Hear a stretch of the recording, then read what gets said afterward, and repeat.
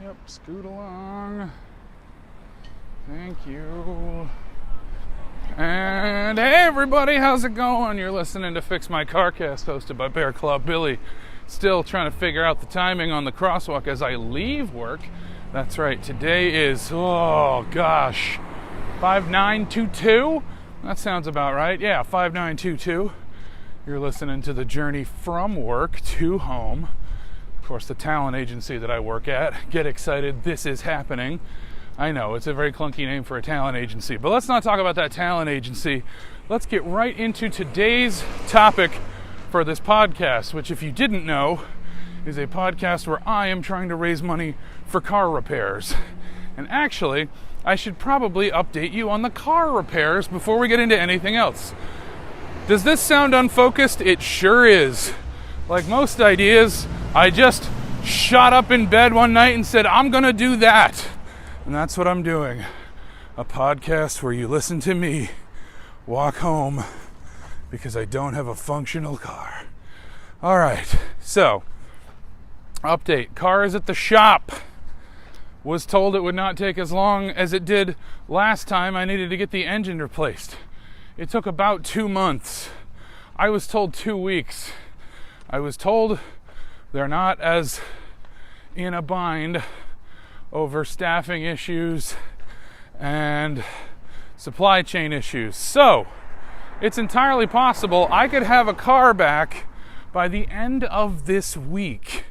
Which you might be wondering, does that mean the podcast is over? Well, no. The podcast exists to raise money to pay for the car repairs, and it's looking like I'm going to have to take out a loan. So I will still need people's help to pay off that loan, because everything is terrible forever. Donations are still coming in. The timing on this is a little weird. We got a new donation from somebody by the name of Margot, who tried to donate anonymously, messed that up, and then I asked if it was okay to say their name, and so far I am. Also, full disclosure, Margot is a sweetie of mine. So I said one of two things: I can keep your name anonymous, or I can make kissy faces, kissy noises, kissy face noises. The sound of a face kissing another face. I could make kissy noises every time I say their name. And they opted for that one. So thank you, Margot, for your donation. Margot gets to pick a topic, but she's going to have her topic on tomorrow's episode, because one of my earliest donors swung back around with a topic. So that's going to be today's topic. And today's topic, I don't know if we should do it before or after comedian Keith Ebert. We'll do it first. But stick around for our guest, comedian musician Keith Ebert. He'll be coming up later in the program. Today's topic, boy, it's windy. Boy, this is a bad idea for a podcast. I'm crossing the street. Oh boy, oh boy, oh boy. Okay. All right. Today's topic comes from Chad. Chad gave a lot of money. And Chad wants me to talk about when I knew that I loved performing. I'm assuming on a stage. But baby, my whole life is a performance. Who are any of these people around me? I'm just faking it till I make it. Which sounds like a joke, but that is actually kind of serious. That's definitely how I got into acting. Like, I was obsessed with movies. I, like most children, thought every movie was a documentary until I saw behind the scenes of Honey, I Shrunk the Kids on the Disney Channel. Because, way back in the day, you'd get a week free. And I think Honey, I Shrunk the Kids had just come out, and they were just, promoting the heck out of it. And yeah, I was like, wait a minute, that big screw was actually styrofoam? My world is shattered. And shortly after that, I realized that those kids weren't Rick Moranis' kids. Thank goodness, because we should knock Rick Moranis up. Welcome to the episode where I talk about my plans to impregnate Rick Moranis. All right, so it's a 3-pronged system. Phase 1 is called Little Giants. Phase 2 is called Ghostbusters 2. And Phase 3, the old Spaceballs. Anyway, so Chad wanted me to talk about impregnating Rick Moranis. And I'll tell you what led me down that path. So, I think, for me, the 3 shows that made me a comedian are Saturday Night Live. I'm trying to figure out if I did these in alphabetical order. Nope. Backing up. Mystery Science Theater 3000, Saturday Night Live, and Whose Line Is It Anyway? And if anyone wants to get technical, not the oest OG Mystery Science Theater, because that would be the KTMA days, but the original Comedy Central run with Joel. SNL I've just been watching my whole life. That's just been a thing. I live in an SNL family. And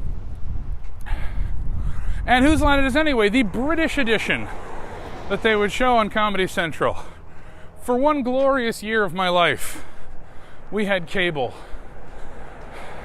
And so I just ate up all the Mystery Science Theater, Whose Line Is It Anyway, and SNL reruns that I could.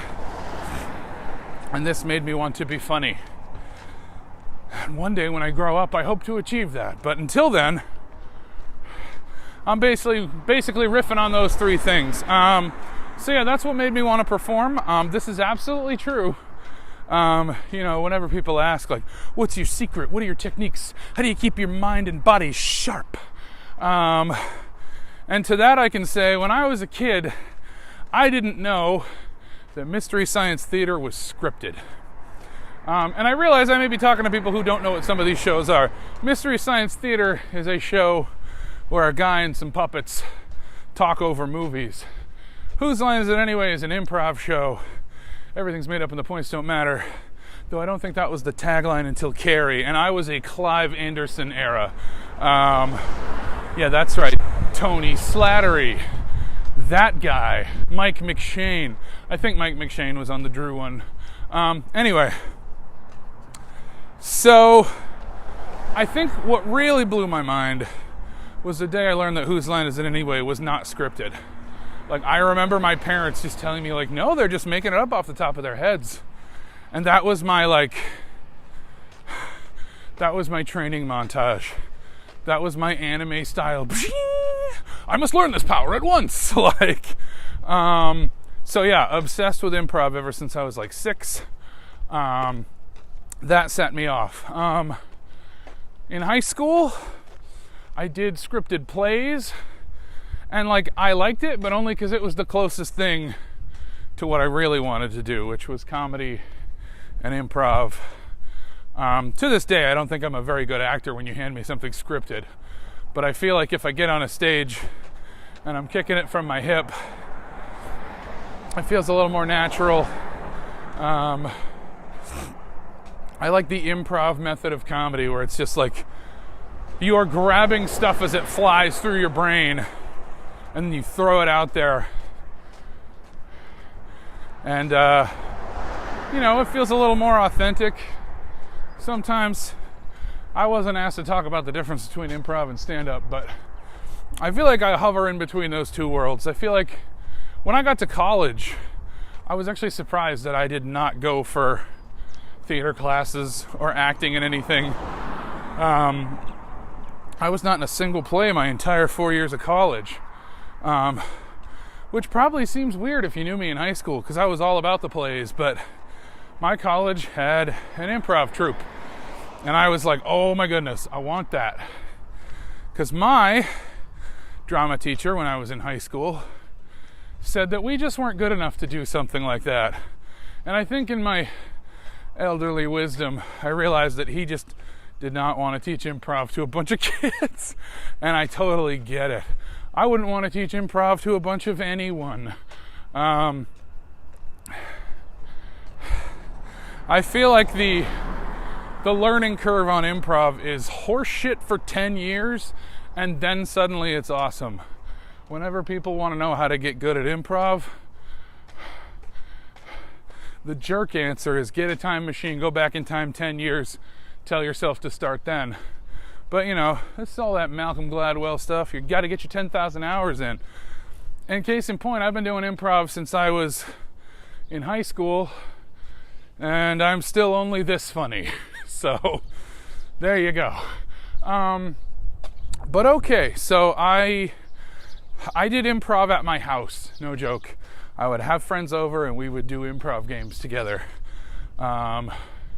Because my teacher, whose name I won't name, but I wish him well, said that we weren't good enough for it. So really, if you want your kid to be a good performer, one of two things.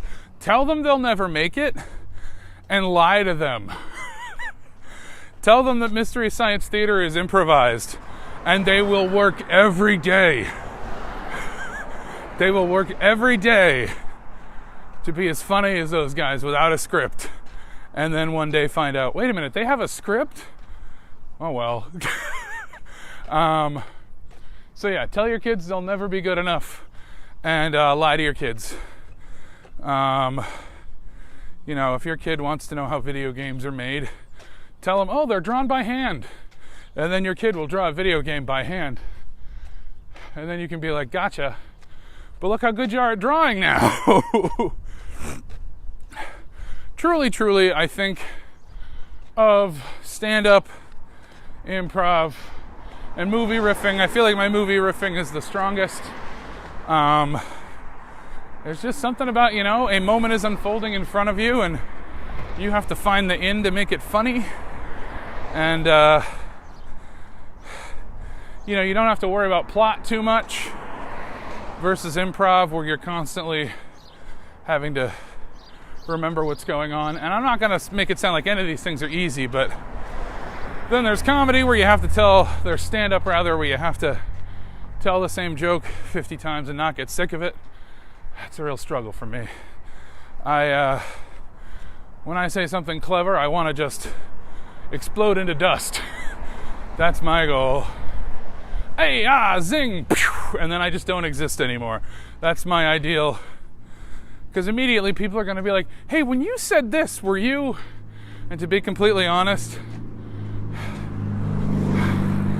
don't ever walk up to an improver and be like, oh my God, what were you thinking when I wasn't?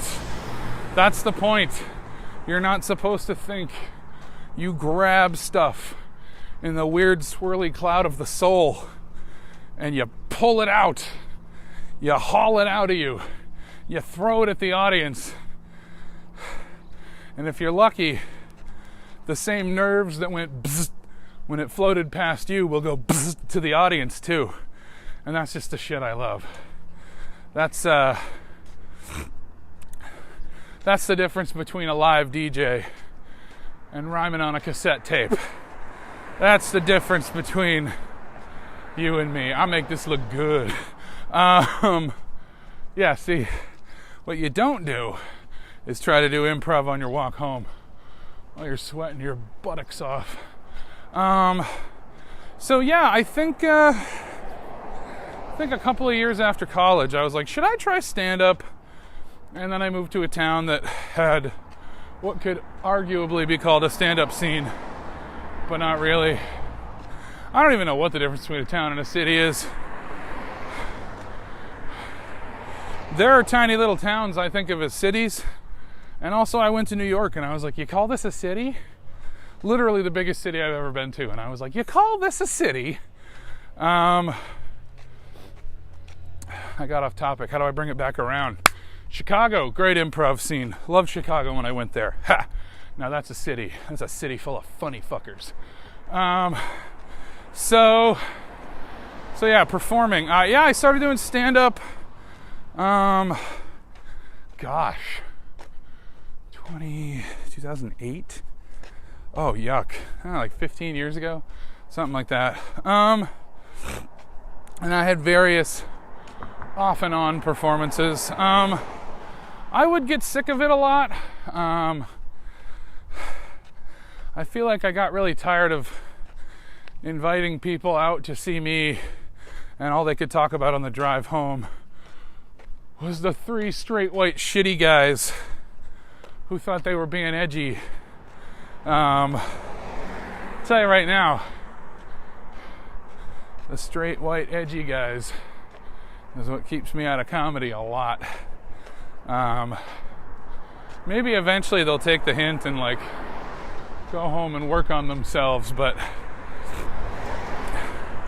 yeah, I have quit comedy at least twice over that.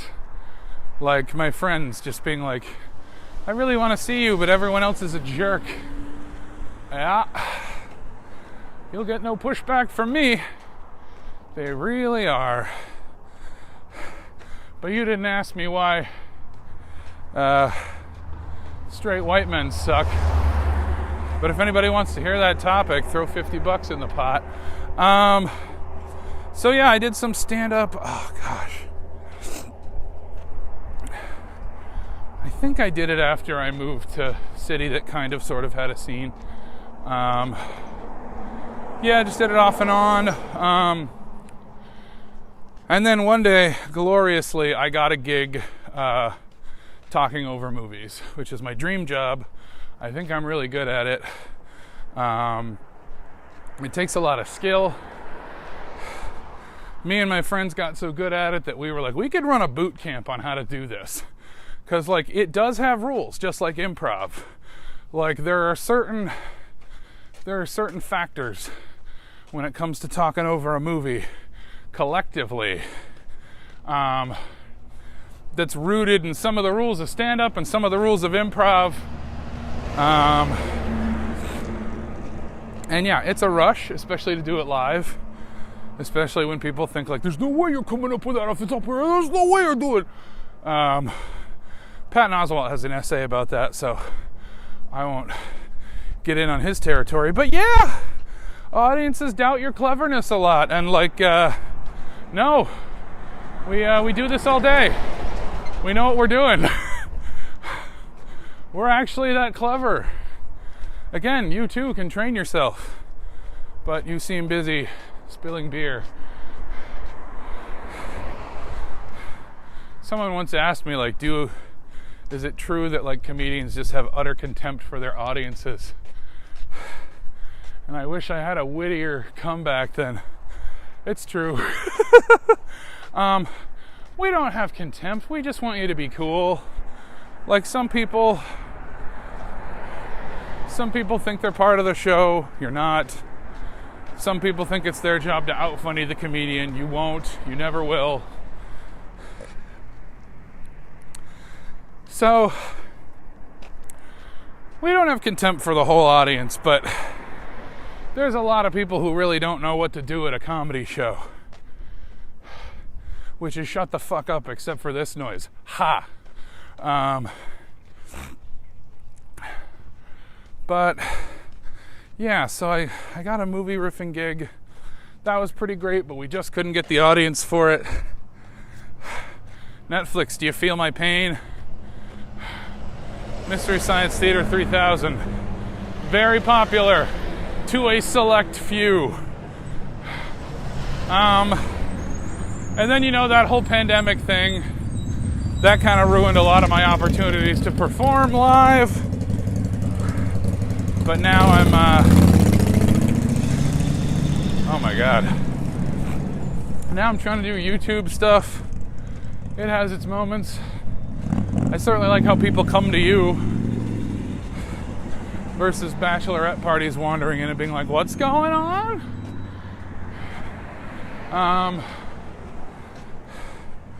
But yeah, I love performing, but my favorite kind of performing is when I'm as surprised as you are.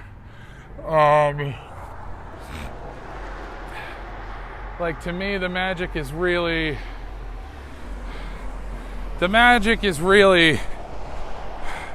I don't like when I'm the author of a joke. I like when the universe hands me a joke. Like, those are the moments that I really love. Or I got nothing, and I just kind of zone out. And the universe is like, hey, up here. and you look up, and a hole opens in the space-time continuum, and a leather-gloved hand reaches down and gives you a kumquat, and then you're like, yes! Kumquat is what this scene needed for several reasons, but you don't overthink it. That's the hardest part in improv, is realizing that like you're not trying to be funny and you're not trying to put a nice bow on the story. But yeah, I'd like to get back to performing at some point. Pandemic's made it real hard. I did an open mic like I want to say a year ago in a friend's backyard. And the best thing that came of that was I discovered Polar Orange Dry Soda. I wish I was kidding. It was also a great night with lots of very funny people. But it was also the night that there was a big cooler of drinks. And I had never tried Polar Orange Dry. And it's just real good. I don't get it. I don't get the magic.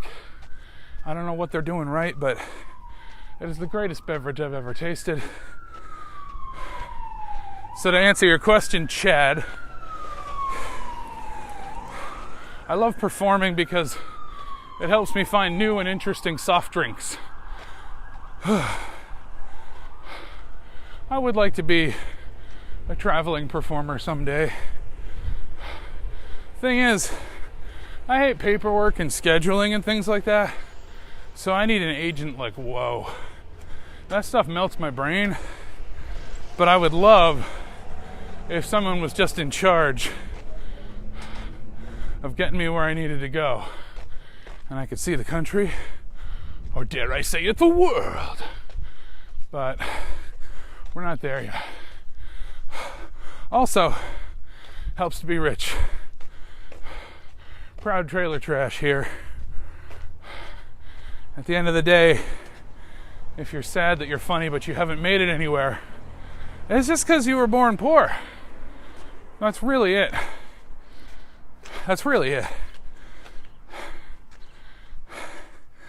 Well, speaking of being poor, I'm almost back at the house now. And keep that money rolling in. Because if I get my car fixed, who knows? I might be able to start telling jokes on the road again.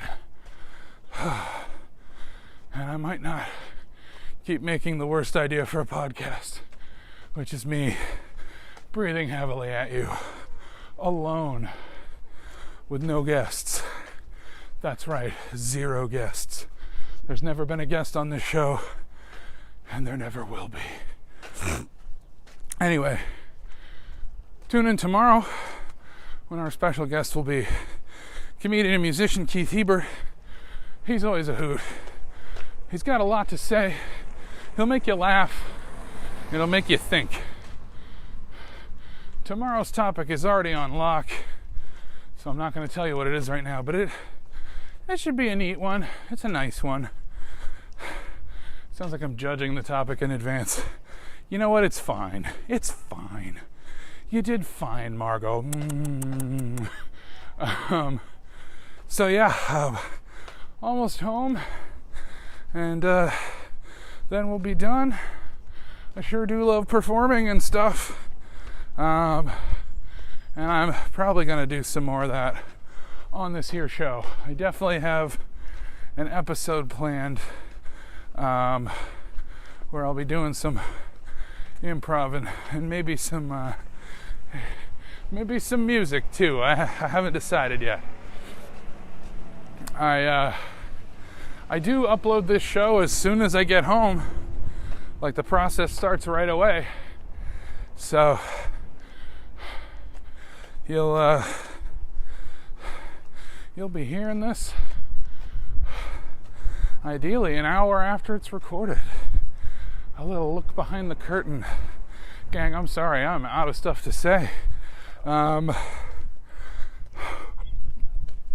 going to see Dr. Strange Deuce tomorrow. What a weird name, Dr. Strange Deuce.